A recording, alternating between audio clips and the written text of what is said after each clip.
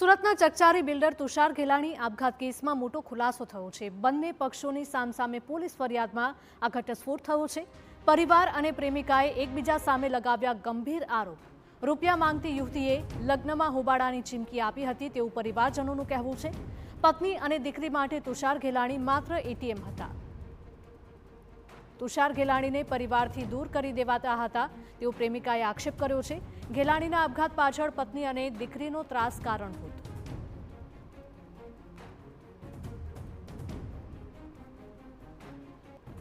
તો સુરતના ચકચારી બિલ્ડર તુષાર ઘેલાણી આપઘાત કેસમાં એક બાદ એક ખુલાસા સામે આવી રહ્યા છે। બંને પક્ષોની સામસામે પોલીસ ફરિયાદમાં ચોંકાવનારો ઘટસ્ફોટ થયો છે।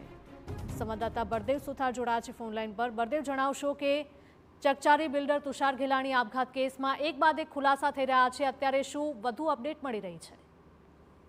જે રીતે તુષાર ઘેલાણી જે બિલ્ડર હતા તેમને જે રીતે પોતાના ખભા જે રીતે ગોળી મારી અને જે સુસાઇડ કર્યો હતો અને તેની અંદર જે રીતે હકીકતો એક પછી એક જે સામે આવી રહી છે તે ચર્ચાનું કેન્દ્ર બન્યું છે। કારણ કે તુષાર ઘેલાણીના પરિવારના લોકો દ્વારા જે રીતે પોલીસની અંદર એક અરજી કરવામાં આવી છે કે તુષાર ઘેલાણીને એક જે મહિલા છે તે મહિલા દ્વારા બ્લેકમેલિંગ કરતા હોવાની જે અરજીની અંદર જે ઉલ્લેખ આરોપ જે લગાવવામાં આવ્યો છે ને ત્યારે બીજી બાજુ જે એક વાત એ રીતે સામે આવી રહી છે કે જે મહિલા ઉપર જે આરોપ લગાવવામાં આવ્યો છે તે મહિલા દ્વારા પણ જે રીતે જ્યાં તુષાર ઘેલાણીએ જ્યારે સુસાઇડ કરવાનો પ્રયત્ન કર્યો હતો તે દરમિયાન જે સારવાર હેઠળ હતી તે દરમિયાન તેની પણ પોલીસની અંદર એક અરજી કરી છે કે પરિવારના જે ત્રાસના કારણે તુષાર ઘેલાણીએ જે સુસાઇડ કર્યો છે। એટલે આ તમામ બંને સામે જે રીતે આક્ષેપ પ્રતિ આક્ષેપ જે કર્યા છે તેને લઈને હાલમાં પોલીસ ગૂંચવાઈ છે। કારણ કે જે રીતે પરિવાર દ્વારા પણ આરોપ લગાવવામાં આવ્યો છે અને સાથે સાથે જે બ્લેકમેલિંગ જે કરતી જે મહિલા છે તેને પણ જે રીતે પોતે અરજી કરી છે। હાલમાં તો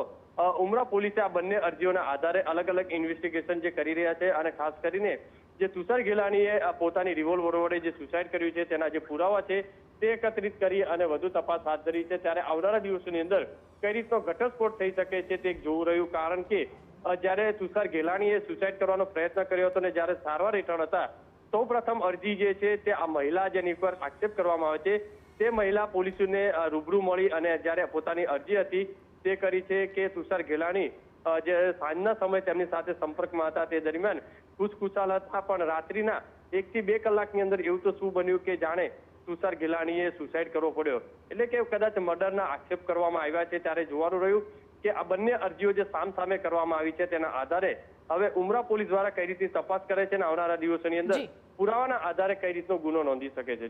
જી બળદેવ, માહિતી બદલ આપનો આભાર।